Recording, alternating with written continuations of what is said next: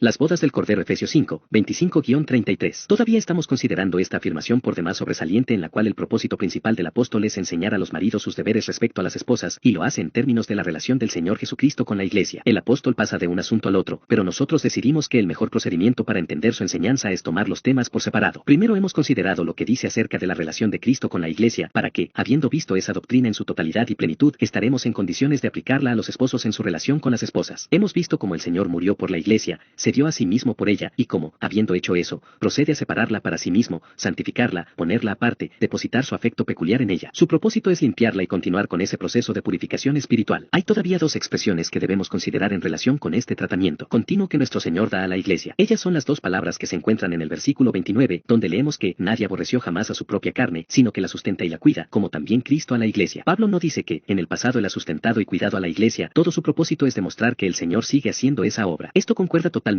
con lo que hemos estado diciendo acerca de la purificación, que evidentemente es un proceso continuo de santificación. Este sustentar y cuidar también es algo que continúa y no una obra que se hizo de una vez para siempre en el pasado. Por eso me parece a mí que aquellas personas que quisieran limitar al pasado todo lo que hemos estado tratando hasta aquí respecto del versículo 26, están equivocando todo el sentido y la enseñanza de toda esta sección. La muerte de nuestro Señor ocurrió una vez para siempre, pero todo lo demás continúa teniendo en vista este objetivo final. Entonces consideremos estas dos palabras, ellas son por demás interesantes. La sustenta. Esta se explica por sí misma. Su significado esencial es el de alimentar, proveer comida, proveer alimento. Cristo está interesado en la salud, el crecimiento, desarrollo y bienestar de su iglesia, por lo tanto la alimenta. En cierto sentido el apóstol ha estado tratando este tema en el 4º capítulo donde lo expresa de la siguiente manera, y él mismo constituyó a unos apóstoles, a otros profetas, a otros evangelistas, a otros pastores y maestros. ¿Para qué? A fin de perfeccionar a los santos, a fin de seguir este proceso continuo. Es algo que continúa para la obra del ministerio, para la edificación, la construcción del cuerpo de Cristo, hasta que todos lleguemos. Allí vuelve a aparecer el objetivo final. De modo que aquí tenemos otra forma de decir lo mismo, y es maravilloso para nosotros comprender como miembros de la iglesia cristiana, que el Señor está sustentando así la vida de la iglesia. Es una expresión de su amor hacia nosotros y de su cuidado por nosotros que Él nos provea del alimento espiritual que necesitamos. La Biblia es dada por Dios, por el Señor Jesucristo, a través del Espíritu, como alimento para el alma. Es parte de su alimento para nosotros, y todo el ministerio de la iglesia, según nos lo recuerda el capítulo 4, ha sido diseñado para el mismo fin. En otras palabras, la iglesia no tiene excusas para ser ignorante o subdesarrollada o débil o raquítica. Del mismo modo no hay excusa para el cristiano individual. El Señor mismo lo sustenta. Pedro, en su segunda epístola, nos dice que se han provisto todas las cosas necesarias para vivir y ser piadoso. Por eso resulta tan seria la posición del cristiano que se queja. Nunca estaremos en condiciones de excusarnos con decir que no había suficiente comida porque estuvimos en un desierto. Hay alimento disponible, el maná celestial ha sido provisto. Todo aquello que una persona pudiera necesitar se encuentra acá en la Biblia. Aquí hay alimento concentrado, no adulterado. Según lo expresa Pedro en 1 Pedro 2, la leche espiritual no adulterada, para que por ella crezcáis para salvación. El Señor la ha provisto. Esto, que el Señor esté alimentando a su iglesia, es algo maravilloso que podemos contemplar. El marido en su cuidado por su esposa trabaja y provee alimento y todo lo que ella necesita. Los padres cuidan que sus hijos tengan el alimento adecuado y lo tengan en abundancia y en el momento necesario. ¿Cuánta preocupación muestran en ese sentido? El Señor está haciendo lo mismo por nosotros en una forma infinitamente mayor. ¿Cómo estamos respondiendo a ello? ¿Comprendemos que Él nos está alimentando? Una parte de su cuidado por nosotros consiste en proveer cultos públicos de adoración. La adoración pública no es una institución humana, no es un designio del hombre, no es algo que se maneja como una institución, y la gente no asiste a la casa de Dios, al menos no debería hacerlo para cumplir una obligación. Deberían venir por el hecho de comprender que de otra manera no pueden crecer. La gente viene para ser alimentada, para encontrar alimento para su alma, sustento. El Señor lo ha provisto. Dios sabe que yo no subo al púlpito simplemente porque se me antoja hacerlo. Si no fuese por el llamamiento del Señor no lo haría. Lo que sí hice, fue resistir ese llamamiento. Ese es su método. Él llama a los hombres, Él los separa, Él les da el mensaje, y el Espíritu presente con ellos los ilumina. Todo esto es una parte de la forma en que el Señor alimenta a la iglesia. Luego considere la palabra cuida. Esta es una palabra que se usa solo 2 veces en el Nuevo Testamento. La palabra transmite una idea muy definida, por lo general la de vestimenta. Lo que el niño necesita por sobre todas las cosas es alimento y vestimenta. La novia, la esposa, necesita lo mismo. Estas dos cosas, el alimento y la vestimenta, son lo primero que nos preocupa, pero luego la palabra transmite otra idea, es decir, la de preocuparse por velar, guardar. Es una expresión de solícito cuidado. Cuando uno alimenta y cuida a una persona, muestra, mediante su constante observación, un cuidado y una ansiedad por ver que él o ella avance, se desarrolle y crezca. Estas son las ideas que aquí se comunican mediante este término, cuidar, que se añade al término, sustentar. Nuestro principal problema es que no tenemos un concepto claro del interés que el Señor tiene en nosotros y de su preocupación por nosotros. Esa es nuestra falta fundamental. Nosotros no conocemos su amor. La gente con frecuencia está preocupada por su amor hacia Dios, y con razón, pero nosotros nunca lo amaremos hasta que conozcamos algo de su amor por nosotros. No se puede desarrollar ese amor. Se puede desarrollar una excitación o algo carnal, pero no puede hacerlo con el amor. En el caso de la iglesia, el amor siempre es una respuesta, una reacción. Nosotros lo amamos porque Él nos amó primero. Nosotros somos inermes hasta que repentinamente Él hace resplandecer sobre nosotros los rayos de su amor, y cuando lo comprendemos, empezamos a amarlo, y comenzamos a comprenderlo de esta forma sumamente práctica, es decir, al entender algo de lo que Él ha hecho por nosotros, de lo que Él provee para nosotros en su sustento y cuidado. Cuanto más logremos verlo y comprenderlo, tanto más asombrados estaremos, y en respuesta tanto más le amaremos. No debemos detenernos en la obra que Él hizo por nosotros en la cruz. Comenzamos allí, pero luego vemos que, habiendo terminado esa obra, Él continúa haciendo todas estas amplias y vastas provisiones por nosotros, cuidando de nosotros en su providencia, en cosas que nos ocurren, guiándonos y dirigiéndonos. De mil y una maneras Él sustenta y cuida la vida de la iglesia por la cual murió. Esto no significa que olvidamos la cruz, o que le damos la espalda, sino que además, comprendemos esta obra adicional hecha por nosotros. ¿Por qué hace el Señor todo esto? ¿Por qué murió por la iglesia? ¿Por qué este proceso de santificación y purificación? ¿Por qué nos sustenta y nos cuida? ¿Cuál es el propósito de todo ello? La respuesta se encuentra en la tremenda declaración del versículo 27, a fin de presentársela a sí mismo una iglesia gloriosa, que no tuviese mancha ni arruga ni cosa semejante, sino que fuese santa y sin mancha. Cada una de las cosas han sido diseñadas con ese propósito. Todo lo que hemos estado considerando es el objetivo inmediato, objetivo que tiene en vista ese propósito último. Ese es el propósito, ese es el gran final para el cual el Señor ha hecho y sigue haciendo las cosas que hemos estado considerando. Pero para captar la fuerza completa de esta expresión debemos modificar un poco la traducción. Sin duda la traducción más veraz es esta, para que él mismo pueda presentársela a sí mismo. Es preciso introducir allí un el mismo adicional. Esta añadidura es precisa para que recordemos de inmediato que cualquier analogía, aun las analogías de las escrituras son inadecuadas. Ellas no son sino intentos para darnos una leve idea del concepto de lo que la verdad realmente es, pero ninguna ilustración es suficiente. Aquí el apóstol está ilustrando esta relación entre Cristo y la iglesia en términos de un esposo y su mujer, y sin embargo, de inmediato, encontramos algo que nos demuestra la insuficiencia de la analogía, que la analogía no es suficientemente extensiva. Todos sabemos que el procedimiento normal es que un tercero presente la esposa al esposo, puede ser el padre o un pariente o amigo. Durante la ceremonia este trae a la esposa y la presenta al esposo. Habiendo recibido ayuda en todos sus preparativos de otro, en su crianza y educación y aún en su ropa y lo demás, la esposa es presentada al esposo por un tercero. Pero aquí no ocurre así. Aquí el Señor mismo se presentará a la esposa, para que él mismo pueda presentársela a sí mismo. Esto es simplemente otra forma de subrayar el gran tema de toda la Biblia, que nuestra salvación en su totalidad es del Señor. Es obra suya. Él incluso se presenta a la esposa a sí mismo porque nadie más puede hacerlo, nadie sino él es adecuado para hacerlo. Solo él puede hacerlo. Desde el comienzo hasta el fin él lo ha hecho todo por nosotros, y el fin será que él nos presentará a sí mismo en toda esta gloria que aquí se describe. Por eso el cuadro ante nosotros es el de nuestro Señor y Salvador mirando hacia adelante, hacia el momento, hacia el día cuando él se presente la iglesia a sí mismo. ¿Y entonces a qué se asemejará la iglesia? Ella será una iglesia gloriosa, lo cual significa una iglesia caracterizada por la gloria. Aquí hay un término de las escrituras que en su sentido individual nos es conocido. El destino final de cada uno de nosotros, el tema último de nuestra salvación individual es la glorificación, justificación, santificación, glorificación. A veces se la describe como redención, tal como ocurre por ejemplo en la gran declaración que se encuentra en 1 Corintios 1:30, más por él estáis vosotros en Cristo Jesús, el cual nos ha sido hecho por Dios sabiduría, justificación, santificación y redención. Esto realmente significa glorificación, o bien, como Pablo lo dice, a los que justificó, a estos también glorificó, Ro 8:30. Ese es el final, o como lo tiene expresado en la epístola a los Filipenses al final del tercer capítulo, más nuestra ciudadanía está en los cielos, de donde también esperamos al Salvador, al Señor Jesucristo, el cual transformará el cuerpo de la humillación nuestra, para que sea semejante al cuerpo de la gloria suya, por el poder por el cual puede también sujetar a sí mismo todas las cosas. Esto nos va a ocurrir individualmente, pero además, la iglesia como un todo será glorificada. Ese es el significado de la frase, iglesia gloriosa. La condición de la iglesia será de gloria. El apóstol nos ayuda a comprenderlo describiendo primero su aspecto externo. Lo hace mediante dos términos negativos. En su gloria la iglesia no tendrá mancha ni arruga. No habrá impureza, no habrá cosa sucia. Esto nos resulta muy difícil comprender. Mientras la iglesia transita por este mundo de pecado y vergüenza es salpicada de lodo y cieno. Por eso hay manchas y suciedad en ella. Y es muy difícil librarse de ello. Todos los medicamentos que conocemos y todos los medios de purificación son inadecuados para quitar estas manchas e impurezas. Aquí la iglesia no es pura, si bien está en el proceso de la purificación, todavía hay muchas manchas en ella. Pero cuando llegue a ese estado de gloria y de glorificación, no tendrá ni una mancha, no habrá ninguna impureza en ella. Cuando él se la presente a sí mismo a la vista de todos los principados y poderes y los variados rangos de las potencias del cielo mirando a esa cosa maravillosa, y escudriñando y examinándola, no habrá ninguna impureza en ella, no habrá ninguna mancha en ella. El examen más cuidadoso no será capaz de detectar el menor indicio de indignidad o pecado en ella. El apóstol ya nos ha introducido a esta idea en Efesios 3:10 donde dice, para que la multiforme sabiduría de Dios sea ahora dada a conocer por medio de la iglesia a los principados y potestades en los lugares celestiales. Estos principados y poderes estarán mirando, y él, en su orgullo, no solo se la presentará a sí mismo sino también a ellos. El esposo y la esposa estarán ante las huestes de la eternidad, y él los invitará a hacer su inspección. Él los invitará a mirarla y ellos no podrán encontrar en ella una sola mancha o una sola impureza, sin mancha. Sí, y gracias a Dios, sin arruga, que no tuviese mancha ni arruga. Las arrugas como todos nosotros sabemos son una señal de edad, o una señal de enfermedad, o una señal de algún tipo de problema constitucional. Las arrugas son una señal de imperfección. Todos a medida que envejecemos adquirimos arrugas. La grasa desaparece de la piel. Una enfermedad también puede privarnos de esta capa de grasa y así darnos la apariencia de una vejez prematura. No importa cuál sea su causa, cualquier tipo de problema o ansiedad puede causar arrugas. Siempre es una señal de agotamiento y decaimiento, de la edad que avanza y del fracaso. Tiene una apariencia de vieja y entrada en años. Pero, gracias a Dios, Pablo dice que al llegar aquel gran día en el cual Cristo se presente a la iglesia a sí mismo en toda su gloria, no solo no habrá quedado ninguna mancha sino que además no habrá quedado arruga alguna. Todo habrá habrá sido alisado, su tez será perfecta, entera y tersa. Es imposible describir esta perfección. En cierto sentido, toda esta idea ya se sugiere en el Salmo 110:3, donde el salmista, mirando proféticamente hacia el futuro, nos da un indicio de este estado de perfección. Tu pueblo se te ofrecerá voluntariamente en el día de tu poder, en la hermosura de la santidad. Desde el seno de la aurora tienes tú el rocío de tu juventud. La iglesia habrá renovado su juventud. ¿Me permiten ponerlo de esta manera? El especialista de belleza habrá dado su toque final a la iglesia. El masaje habrá sido tan perfecto que no habrá quedado ninguna arruga. Se la verá joven, en la flor de su juventud, con sus mejillas llenas de color, su tez perfecta, sin mancha o arruga. Y en ese estado permanecerá por siempre jamás. El cuerpo de su humillación habrá desaparecido, habrá sido transformado y transfigurado en el cuerpo de su glorificación. Esto es lo que aquí se nos dice en términos generales acerca de la iglesia. Pero permítanme recordarles otra vez que en Filipenses 3:20-21 leemos que lo mismo nos ocurrirá en forma individual. Es maravilloso contemplar esto. Estos nuestros cuerpos individuales, el suyo y el mío, serán glorificados. No quedará debilidad alguna, ni vestigio de enfermedad o fracaso o signo de vejez. Habrá una gran renovación de nuestra juventud. Y luego iremos a vivir en esa eternidad de juventud perpetua, sin decaimiento ni enfermedad,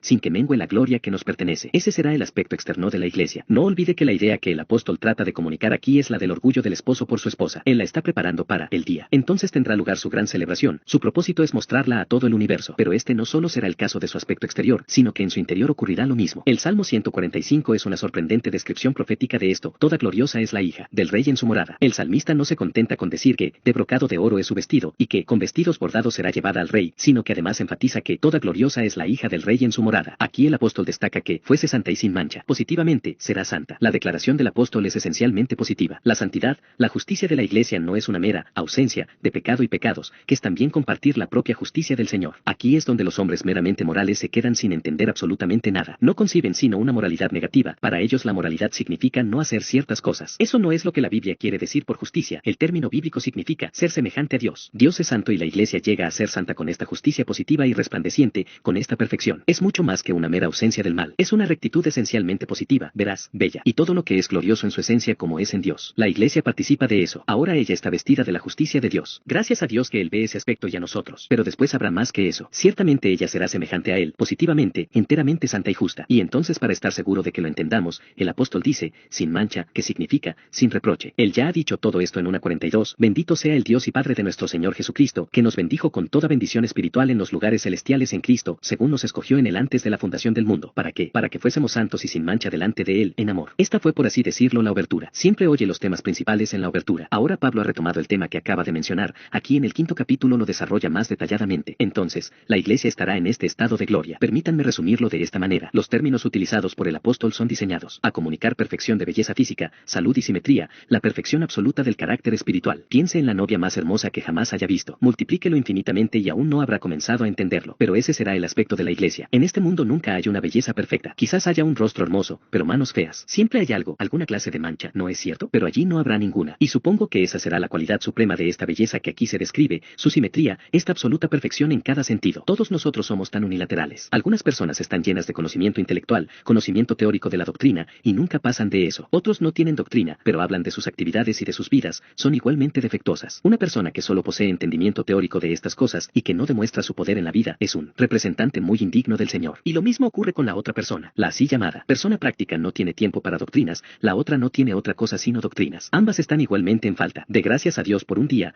que se acerca, cuando todos seremos completos sin que nos falte nada, y proporcionados, y bien equilibrados. Oh, qué gloriosa esta belleza que aquí se describe, y para la cual nuestro bendito Señor y Salvador nos está preparando día tras día, semana tras semana, mes tras mes y año tras año. Estoy hablando a los cristianos. ¿Sabía eso acerca de sí mismo? ¿Había visto qué privilegio es ser miembros de la iglesia cristiana? Esto es lo que significa ser cristiano. Usted que siempre está tan dispuesta a correr a su salón de belleza, ¿corre también al salón de belleza de Cristo? ¿Es eso lo que la iglesia hace? ¿Tenemos nosotros un entendimiento auténtico de la iglesia como esposa de Cristo, por la cual Él murió y por la cual Él continúa haciendo todas estas cosas? ¿Sabía que Él le sustenta? ¿Sabía que su nombre está escrito en su corazón, así como sobre sus propias manos? Él nos ha amado con un amor eterno. Él ha muerto por nosotros. Él nos ha apartado para sí mismo. Él ha hecho todas estas provisiones para nosotros como preparativos para aquel gran día cuando Él se presente a sí mismo una iglesia no que tenga mancha, ni arruga, ni ninguna cosa semejante, para que seamos santos y sin mancha. Este es el proceso que ahora está en marcha. Y permítanme recordarles otra vez que continuará hasta ser completo. Nada lo puede detener, no se permitirá que nada lo detenga, porque ella es su esposa. Y si me puedo permitir el siguiente antropomorfismo, diría que su orgullo propio y el orgullo por ella es tal que de ninguna manera puede permitir que algo impida la obra. Reitero, la obra continúa y seguirá continuando. Aquí está la garantía bíblica. El apóstol ya nos la ha dado en 3:20-21, y aquel que es poderoso para hacer todas las cosas mucho más abundantemente de lo que pedimos o entendemos, según el poder que actúa en nosotros, a Él sea gloria en la iglesia en Cristo Jesús por todas las edades, por los siglos de los siglos. siglos. Amén. Ese es el poder que obra en nosotros, y que continuará la obra. Él no se detuvo con su muerte, tampoco se detiene en la justificación. Él continúa obrando en nosotros. Él hace todo lo que el apóstol ha estado describiendo para que a Él sea gloria en la iglesia,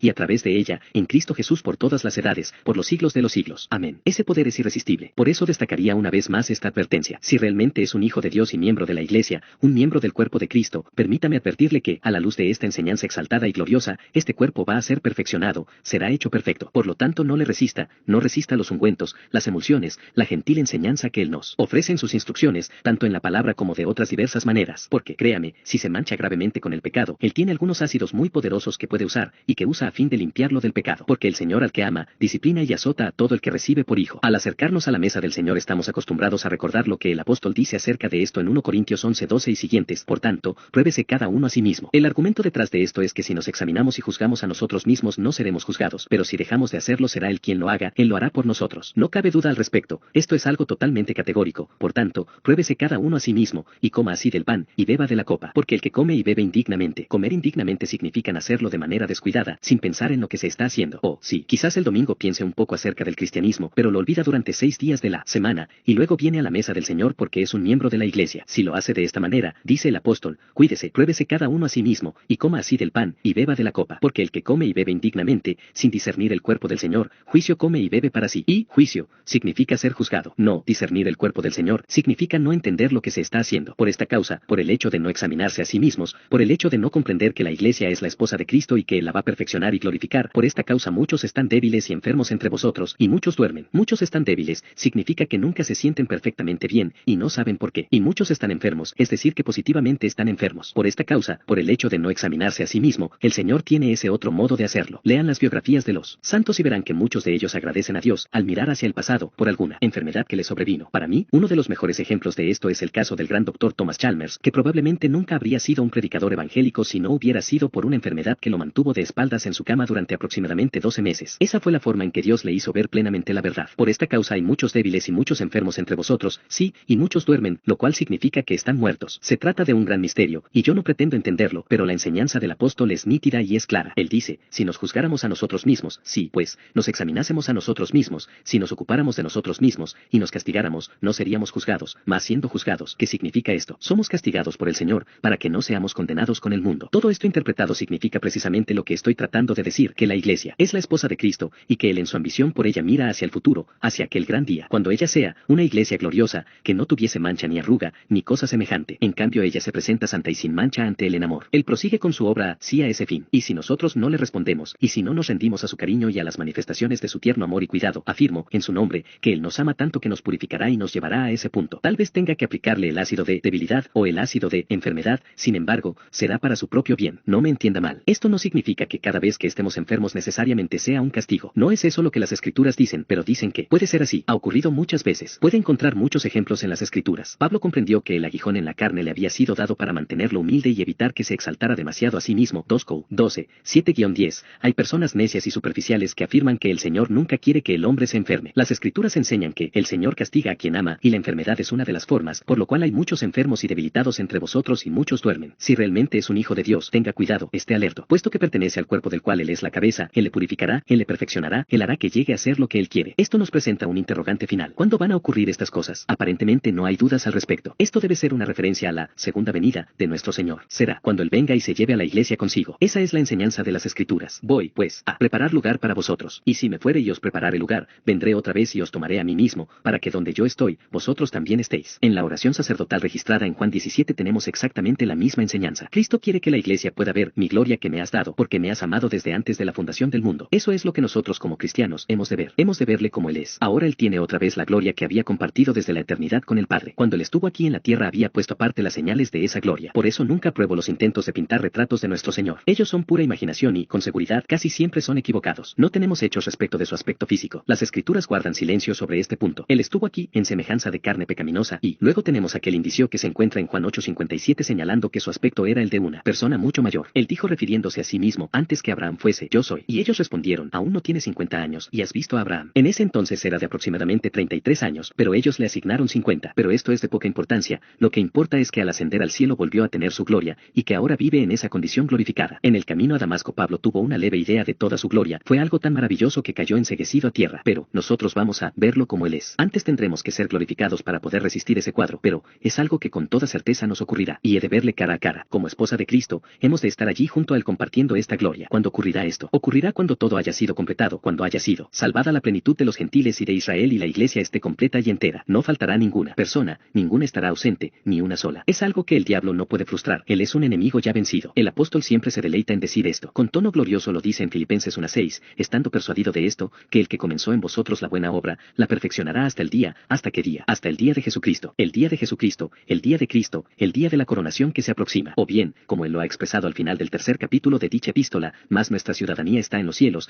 de donde también esperamos al Salvador, al Señor Jesucristo, el cual, 01 cuando él venga, transformará el cuerpo de la humillación nuestra, para que sea semejante al cuerpo de la gloria suya por el poder con el cual puede también sujetar a sí mismo todas las cosas. Nada puede detenerlo. Otra vez, el apóstol, escribiendo en Romanos 8:22, 23, porque sabemos no toda la creación gime a una, y aún está, con dolores de parto hasta ahora, y no solo ella, sino que también nosotros mismos que tenemos las primicias del Espíritu, nosotros también gemimos dentro de nosotros mismos, esperando la adopción. ¿Qué es eso? La redención, la glorificación en nuestro cuerpo. Eso significa librarse de las manchas, impurezas y arrugas, y de toda cosa semejante y habitar completos y gloriosos en su presencia. Anotado esto en Apocalipsis 19, 6-9, y oí como la voz de una gran multitud, como el estruendo de muchas aguas, y como la voz de grandes truenos, que decía, Aleluya, porque el Señor nuestro Dios Todopoderoso reina. Gocémonos y alegrémonos y démosle gloria, porque han llegado las bodas del Cordero y su esposa se ha preparado, y a ella se le ha concedido que se vista de lino, fino, limpio y resplandeciente, porque el lino fino es las acciones justas de los santos. Y el ángel me dijo, escribe, bienaventurados los que son llamados a la cena de las bodas del Cordero. Oh, qué inmenso el privilegio de haber sido invitados a la cena de la boda del Cordero, a la ocasión cuando él se presente la esposa a sí mismo. Ella estará ataviada con estos vestidos de justicia externa, e interiormente será perfecta. Oh, qué bendición la de estar presente en esa maravillosa fiesta de bodas. No nos sorprende que Judas finalice su breve epístola diciendo, y a aquel que es poderoso para guardaros sin caída, y presentaros sin mancha delante de su gloria con su gran alegría, al único y sabio Dios, nuestro Salvador, sea gloria y majestad, imperio y potencia, ahora y por todos los siglos. Amén. ¿Cómo deberíamos sentirnos? Deberíamos sentirnos exactamente como se siente cualquier mujer que cierra su compromiso matrimonial. Deberíamos anhelarlo y vivir para él. Esto debería ocupar el centro de nuestras vidas con exclusión